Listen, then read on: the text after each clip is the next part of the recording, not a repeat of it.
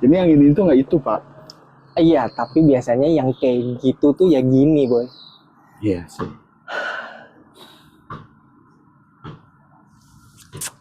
...2025 nih. Anjir, 2025 nih ya. Baru awal sih. Ya, Cepet ya waktu ya. 2025 anjir. perasaan baru masuk kuliah kemarin. Perasaan masih daftar SNMPTN kayak kemarin. kayak masih ya di kampus tawa-tawa 2025. Di kampus tawa-tawa 2009, gila lu. Tahun Tahu-tahu mana itu? Tahu-tahu udah kerja aja, Boy. Tahu-tahu udah kerja, tahu-tahu punya anak, tahu-tahu nikah. Lu kapan? Nah, itu ntar aja. Ayo, oke. Ada segmen khusus. Aman. Ada segmen khusus. Aman. Nah, gitu. Terus ya 2025 ini kan banyak eskalasi ya. Banyak. Dari kemarin 2024 ada perubahan kepemimpinan di Indonesia. Ya, Berat lah. terus kita sudah melewati pandemi, Bu. Kita melewati pandemi yang katanya akan menghabiskan populasi setengahnya di Indonesia. Tapi berarti kita tuh ini ya, survivor ya? Survivor kita. Penyintas. Nggak kepikiran sih gue ternyata Tapi lu 2025 kena COVID ya? kena Berapa kali? sekali doang. Gue 3. Enggak, gue dua. Gue 3 dong. Iya, penyintas. Real. Masih hidup. Real penyintas. Gue 3 kali. Masih bisa disyukuri lah, masih hidup. Masih Bernafas. Walaupun ya gitulah, bernafasnya agak ngap ya. Iya. Dan setelah itu pun kita nggak hidup melawan zombie kan akhirnya. Enggak lah. Zombinya kan itu udah ada di film-film. Karena kan pada di tahun itu kan, pada saat pandemi itu kan dibanyakkan konten-konten gitu kan. Di zombie apokalips 2020 terus dia nemuin di sakutnya ada masker gitu kan, tiba-tiba udah bawa senjata. Ya kayak apa sih, ada filmnya sih dulu. Zombieland? Bukan. Enggak, yang tentang Walking of Dead? Walking of Dead. Dead of Walking? Walking Dead. Walking Dead. Enggak, yang film yang tentang pandemi ada. Resident Evil? Bukan. Itu dibuat kan. Ini juga dibuat ya kayaknya. Dibuat di Wuhan. Oleh. Waduh. Lu tahu film Inferno nggak sih? Tahu. Yang mana? Si itu kan, Dan Brown. Iya. Iya. Itu kan itu. Pandemi ya? Pandemi kan tujuannya. Tapi kan dicegah. Berarti kan disetting. Tapi kan di premis film itu tuh untuk menyembuhkan bumi harus menghilangkan virusnya, dan kitalah virusnya. Oh, bukan untuk menyembuhkan bumi, hilangkan virusnya, bukan sesuatu virus yang dibuat itu ya? Bukan. Justru virus yang dibuat itu untuk menghancurkan virus. Betul. Yang adalah manusia. Di film itu kan gitu premisnya. Ada bener sih. Iya, kurang lebih lah ya, bisa kan, sih. Ya, population control ya. Semacam Thanos lah. Bedanya si bapak yang Scarecrow itu kan dia pakai sarung tangan ya. Iya. Kalau ini kan Scarecrow. kan jubahnya namanya Iya, Scarecrow. betul. Kan? Sebuah Scarecrow. Iya. Terus dia jadi petani juga kan? Ya, jadi petani. Kalau yang ini dia pakainya hazmat ya. Ya, bisa disebut Scarecrow, hazmat. Anggap aja Scarecrow. Samat. Iya gitu lah. Setelah jadi penyintas ya akhirnya hidup ya balik lagi kan. Ya balik walaupun lagi. Walaupun ada beberapa adjustment. Percepatan digital salah satunya kan. Percepatan digital, percepatan segala rupa sih sebenarnya. Segala rupa ya justru ya. Lu ngeliat segala rupa. Maksud gue kayak karena kita pandemi berapa tahun sih? 2 tahun. 2 tahun. 2 tahun. 2020, 2021, 22. Sekarang misalnya 22 tuh masih ada yang ada lah data PPD apa? Lockdown-nya kita tuh apa? PMDK. Apa? P3K. Ya itulah. Lockdown-nya Indonesia. Masih di kalau nggak salah. Iya, 2022 ya. Nah, itu kan di beberapa tahun itu tuh kita dipaksa untuk adjust dengan new normal. New normal. Ya kan, dengan normal yang baru itu seperti ini, WFH, terus belanja online meningkat, OTT meningkat, semua serba ada di genggaman tangan. Ya. Nggak perlu keluar. Dan dipaksa harus itu kan. Ya. Terus sekarang tiba-tiba harus switch lagi ke sebelum pandemi. Itu tuh membuat berbagai lini bisnis dan segala macam berubah juga. Betul. Karena yang lu alami ya itu ya. Karena itu yang gua alami. Karena lu kerja di sebuah startup. Di startup platform online lah. Platform belanja online. Yang dulunya itu memang si startup ini memang, tapi dia berdiri bukan karena COVID. Bukan 2017. Emang sebelumnya udah ada. Sebelum udah ada. Ya karena itu juga si Gojek kan juga sebelum pandemi juga udah ada. Udah ada. Walaupun Gojek juga terdampak di salah satu bisnisnya kan. Ya. Yang massage itu kan bubar. Oh iya, ya karena dia moda transportasi ya lockdown, siapa yang mau kemana-mana. Iya, betul. Itu ya benar-benar. Ya jadi lu dengan lingkungan kerja yang sebelumnya normalnya kayak gitu, masuk ke new normal. Ke new normal, ya pada saat itu traffic penjualan tuh misalnya di 100. Pas tiba-tiba pandemi langsung naik jadi 700, Pak. Justru naik ya? Naik. Orang-orang di rumah kan nggak ada yang belanja keluar. Justru naik ya? Menarik. Orang-orang di rumah nggak ada yang belanja keluar, belanjanya lewat platform digital. Semua didigitalisasi kan? Iya sih.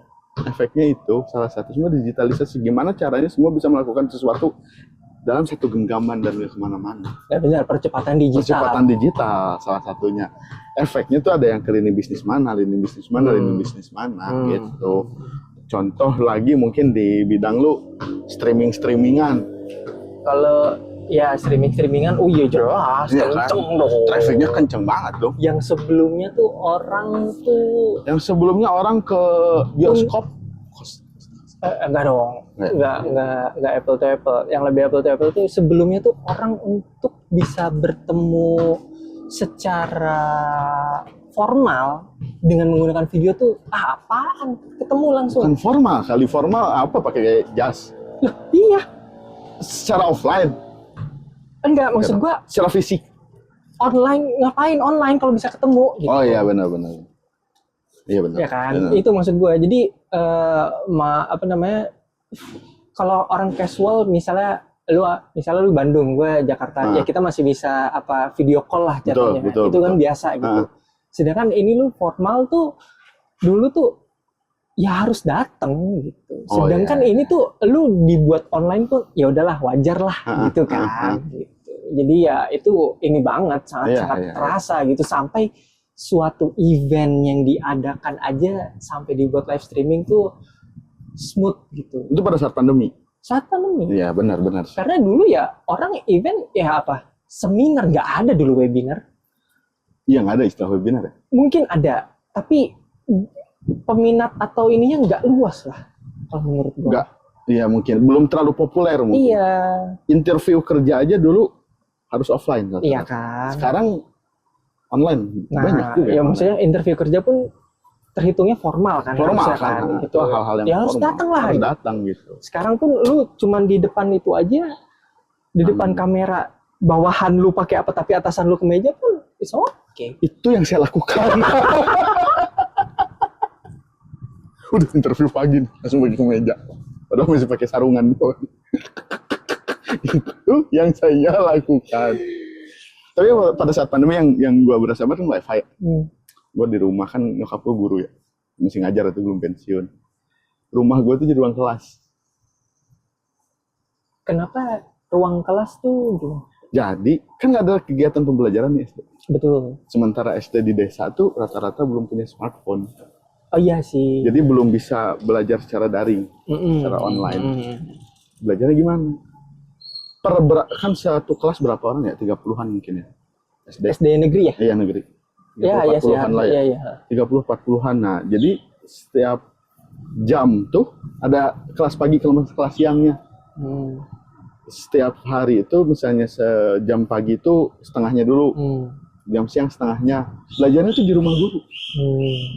Karena sekolah di lockdown. Karena sekolah ditutup. Nggak boleh. Nggak boleh. Jadi belajar di rumah gurunya masing-masing. Karena di desa jadi tuh orang punya smartphone anak SD gila lu kali lu. Yang sebenarnya artinya nggak mau disalahin. Gue nggak ke situ. Betul. Jadi pemerataan digital tuh belum rata. Belum rata. Karena internet kan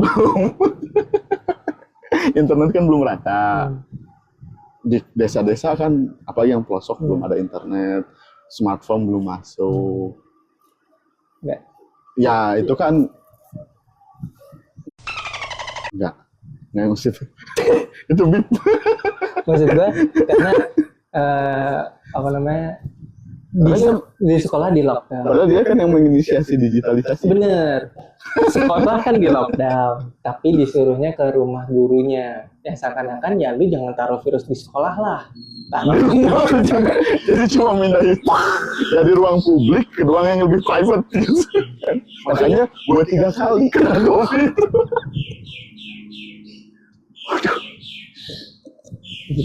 Ya karena ya apa maksud gue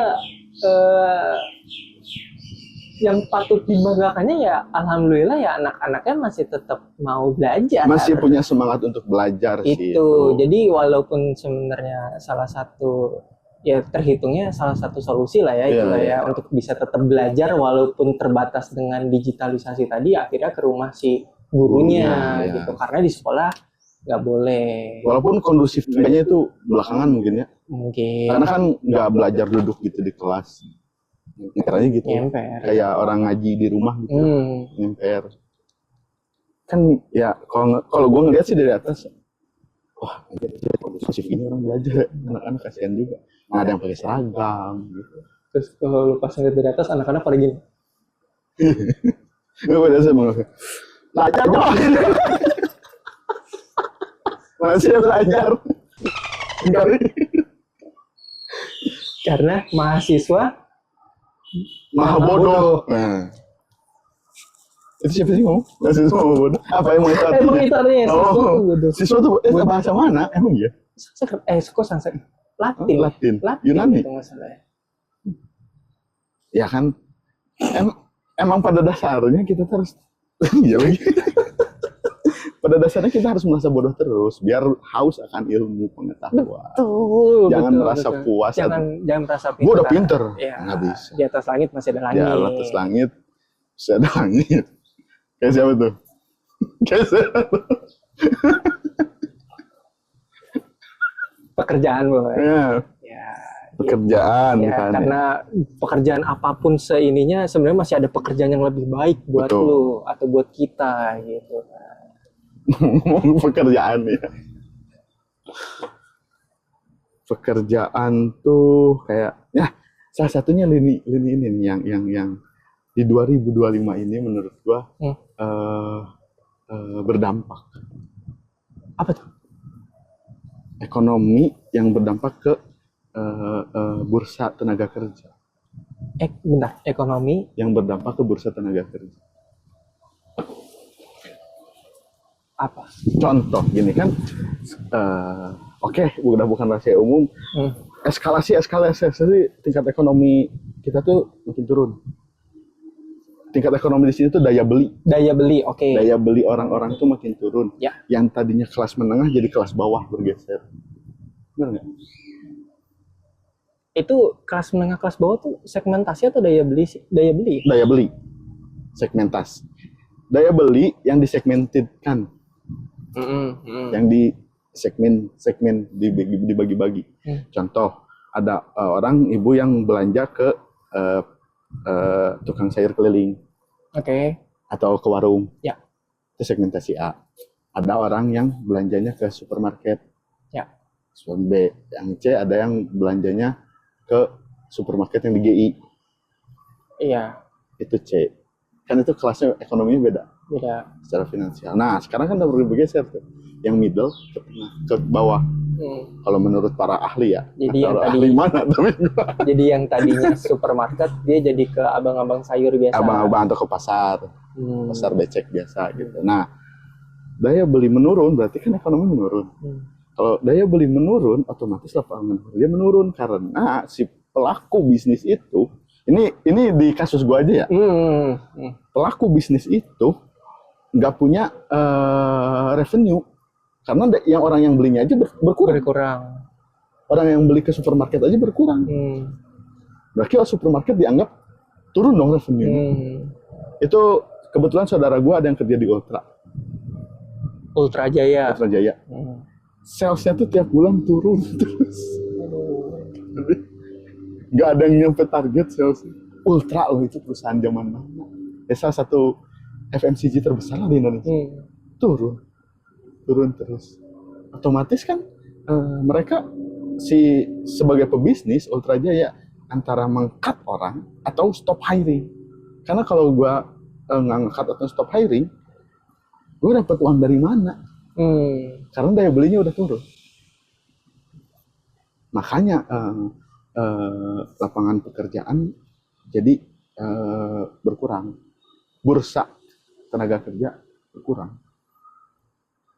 Atau kalau dari pandangan gua memang apa ya? Karena lebih kesebar lagi kali ya, Boy ya. Mungkin kalau misalnya dulu kalau dilihat dari profesian ya, keprofesian akuntan. Enggak akuntan. Marketing. Akuntan, marketing, apa lagi? Apa ini? Keprofesian. Banyak lah. Akuntan, marketing. Ya maksud gua kalau misalnya dokter, polisi. Oh itu beda cerita mungkin. Maksudnya masih dalam profesi. Ya tapi kan yang tadinya ke dokter ke dukun sekarang. Yang dari tadinya polisi jadi ansip.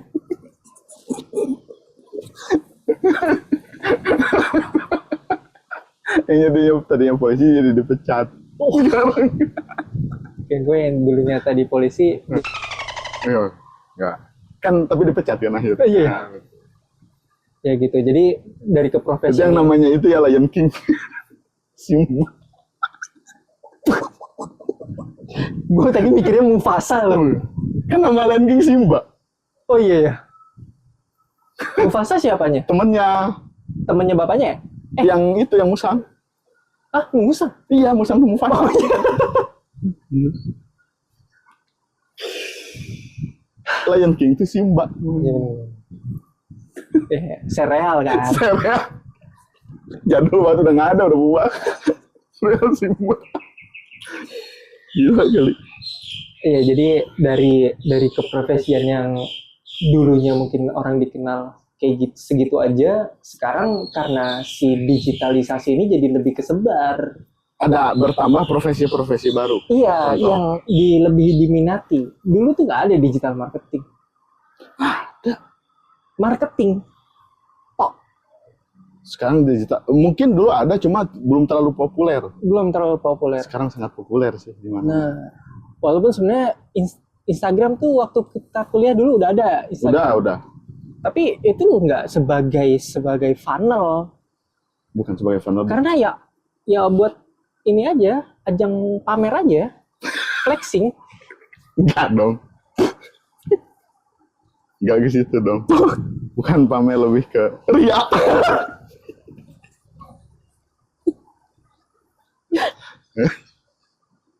Ya tapi kan ya itu efek samping dari pandemi ya. Di pandemi orang-orang kan susah mencari pekerjaan dan bikin pekerjaan yang bisa dilakukan dari rumah. Live streaming lah, sampai mandi lumpur. Ya banyak lah ya. Banyak ya. Yang wadidaw juga banyak kan.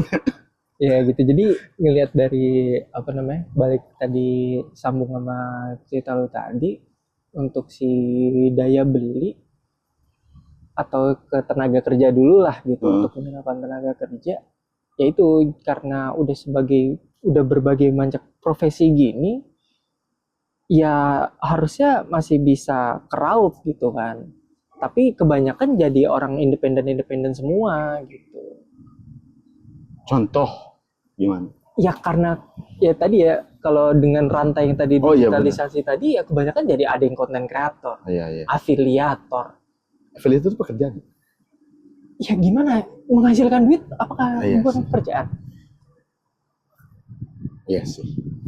Afiliator. Terus judi aja online ya. Iya. Walaupun yang itu kan efek samping.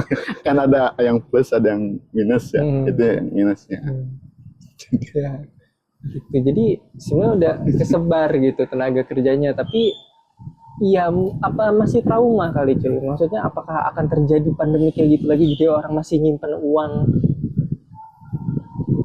lagi untuk bisa survive dari keadaan selanjutnya gitu. Kenapa daya beli jadi menurun? Silatah gitu ya. Mungkin ya, karena ya hitungannya berapa?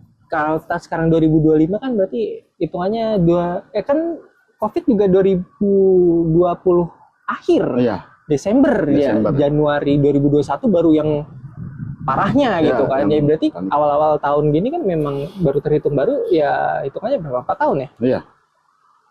Sebenarnya masih ya ini juga sih. Yes. Masih agak-agak seger anjir. Agak seger. Iya gitu. Mungkin karena nggak tahu sih. Lu mungkin yang di dunia itu istilah KOL aja masih. Iya. Istilah KOL tuh pada saat pandemi itu naik. Bener. Dulu mah yang ada artis. Adanya artis. Nggak ada KOL. Nggak ada KOL. Nggak ada orang buat. Influencer. Gue punya influencer. Nggak ada.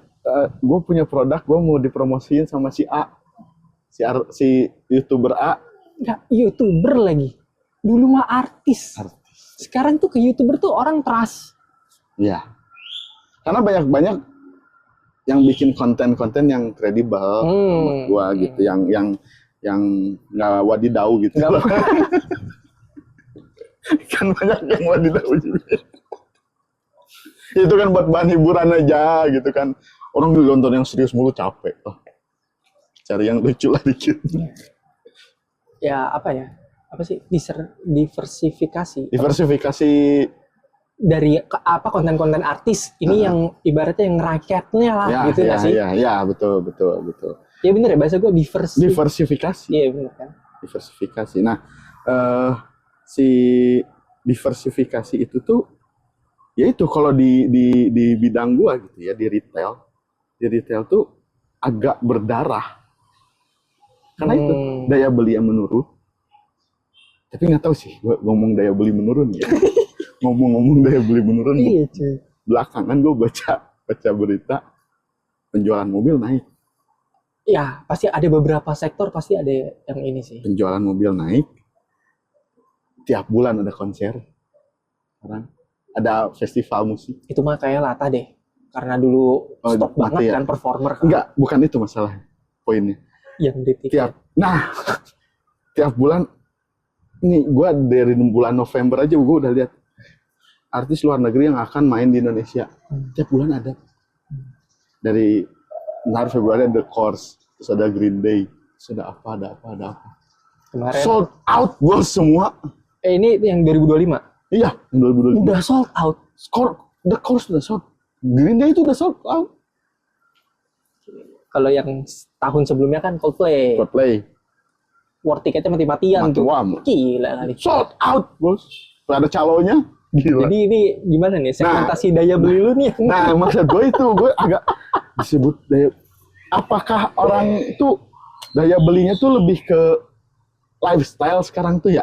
Iya benar, emang kayaknya sekarang sih lebih ke lifestyle sih orang-orang sih ininya sih daya belinya. Nah itu yang bikin jadi pertanyaan, lifestyle ini tuh udah jadi efek samping dari KOL itu apa namanya? Influencer itu. Maksud gua kayak orang lebih baik dilihat di luar atau bisa disebut easy money. Easy money itu maksudnya gini, kayak dokter, orang berusaha dari dokter perlu sekolah. Orang jadi influencer perlu sekolah. Tapi sekarang ada itu baru itu konten kreator apa fakultas tuh jadinya tuh ini belajarnya. Iya beneran. Tapi kan nggak perlu ijazah khusus untuk jadi. Iya sih. Ya kan? Iya sih. Lu jadi akuntan harus jadi kuliah akuntansi. Enggak. Banyak sih, enggak.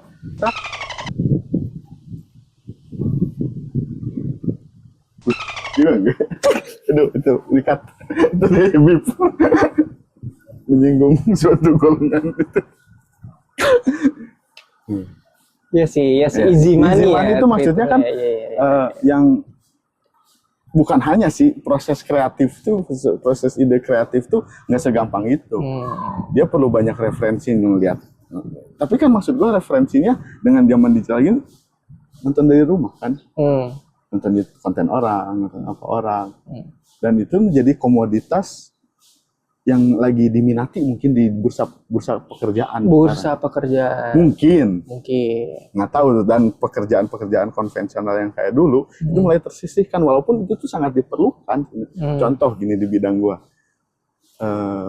bukan bidang gua lah, berat ke bidang gua, nggak berani gua ngomongnya. Contoh misal marketing. Perusahaan mana yang nggak butuh marketing? Semua perusahaan butuh marketing. Jelas. Ya kan dipasarkan, iya, untuk memasarkan produknya mereka. Betul. Kan? Semua orang butuh marketing. Nah, makanya ini yang gue jadi bingung tuh. Bursanya bergeser ke bidang lain, tapi bidang ini tuh ada, tapi berkurang.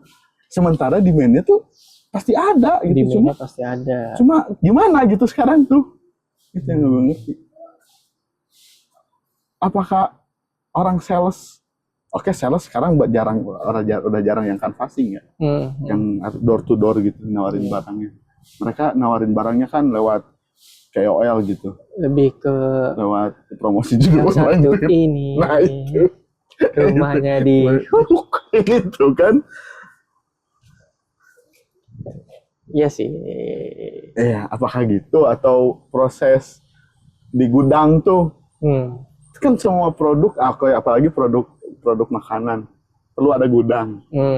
Orang yang bekerja di gudang tuh kan pasti ada gitu. Gue juga baru nggak loh ada apa? Ya mungkin setelah COVID atau pas COVID kali ya. Cloud kitchen. Masaknya di digital. Cloud kitchen. Masaknya digital. Lucu gak? Keren gak? Jadi dia cuma ada dapurnya aja. Terus offline dapurnya? Enggak, iya dapurnya offline. Jadi nggak ada tempat makan, nggak ada brandingan, ada tulisan apa gitu. Jadi dia cuma nyediain dapurnya aja. Tapi dia kayak ngejual produk apa. Makanan. Online. Makanan. Cloud kitchen. Dijualnya gimana? Online. Jadi yang pesan-pesan GoFood gitu loh. Oh. Wah. Jadi misalnya nih ada satu rumah nih. Misalnya apa? Sekarang banyaknya apa sih?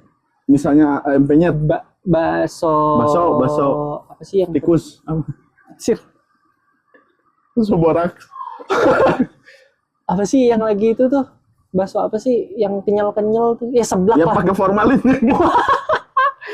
misalnya ada seblak terus ada apa guldak apa guldak sih makanan Korea. Oh iya guldak Pokemon pokoknya gitu yang makanan Korea terus ada seblak makanan Korea ada apa nah itu cuma dalam satu dapur di satu rumah saat tapi, ada orang yang pesen jadi dia nggak perlu ke tempat makannya orderannya tapi masuknya ke cloud kitchen itu yang terdekat sama dia. Oh yang terdekat ya tuh. Iya. Jadi dia nggak ada tempat makannya, nggak ada tempat makannya, nggak ada plang, ada tulisan apanya gitu. Cloud kitchen. Tapi di situ nanti akan banyak antrian si ojol-ojol itu karena orderan. Tapi ada itu. Sukses story-nya udah ada. Sukses story loh. Bukan terbilang sukses story ya, karena itu tuh sistem kali ya.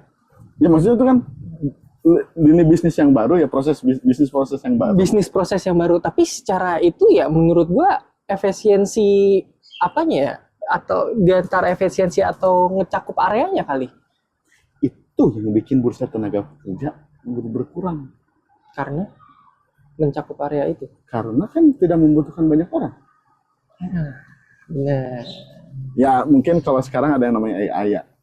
Waduh, itu sih 2025 tuh lebih kayak AI sih. AI kan sekarang ChatGPT, dimulai dari ChatGPT yang meledak, terus WhatsApp aja sudah ada. Bisa ngobrol sama WhatsApp. Lama. Udah lama. Terus Android yang dulu namanya Android apa? Google Assistant udah bergeser jadi Gemini sekarang yang lebih profesional. Twitter ada Grok. Ya, ada Grok di Twitter. Dengan hal-hal itu tuh nggak tahu sih, gue bisa menggerus tenaga kerja nggak sih? Oke, ini gue baru belajar AI nih, seru nih. Nah, lu kan bidang lu nih. Gua tahu. Kalau pendapat orang yang pendapat ulama terbilangnya deh nggak percaya AI. Di bip.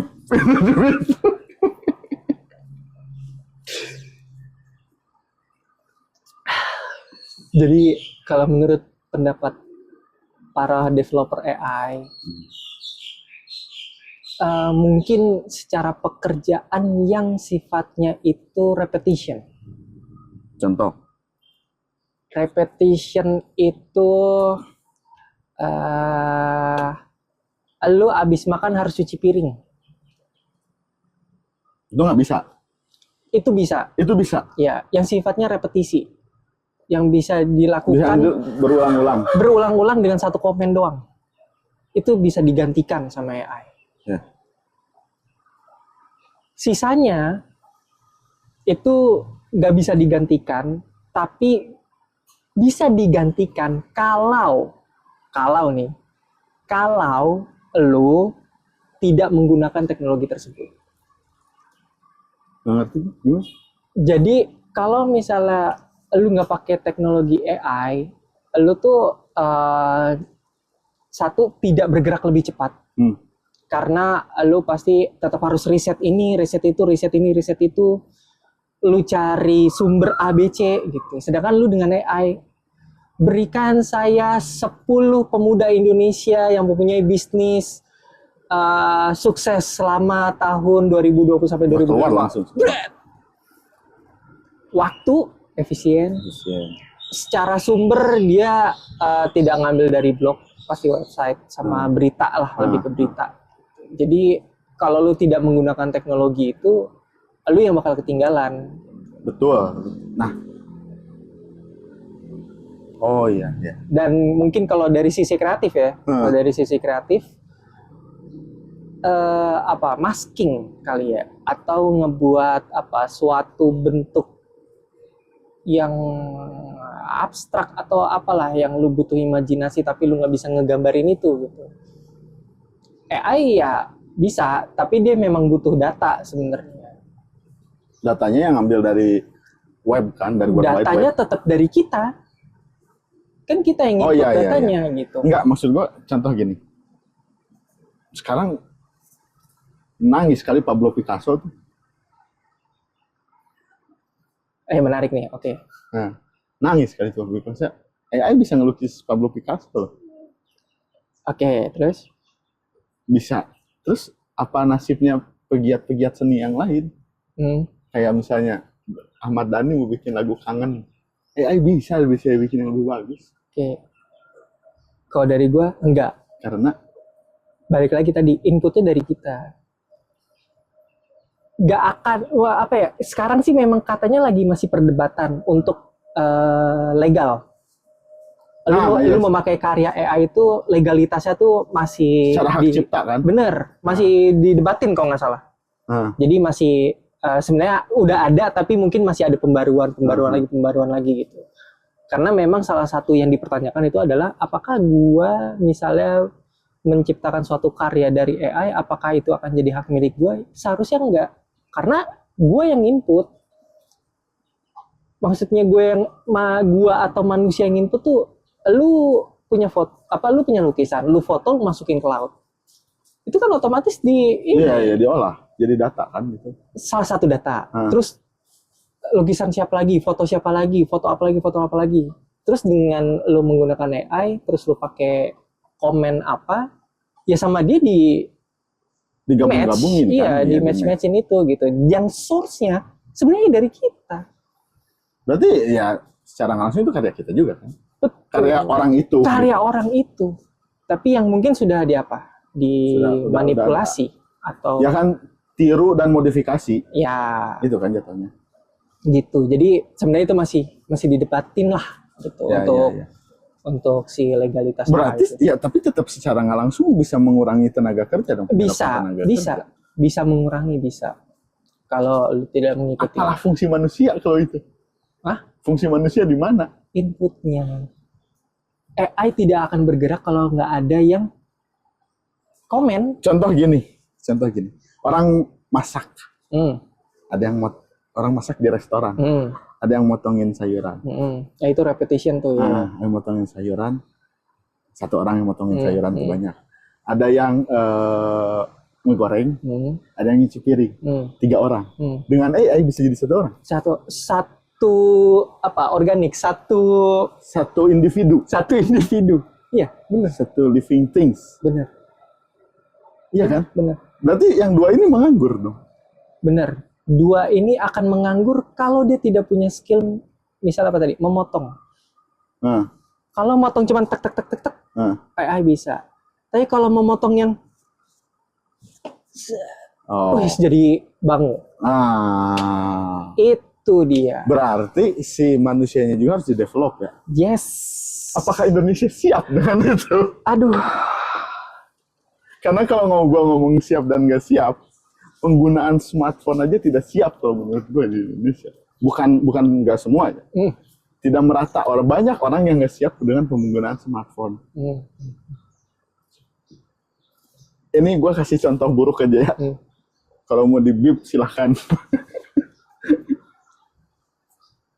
Banyak orang yang terjebak pinjol. Lu tahu, lu kan download aplikasi pinjol, lu pinjam duit ke situ, dan banyak, dan lama-lama terjerat.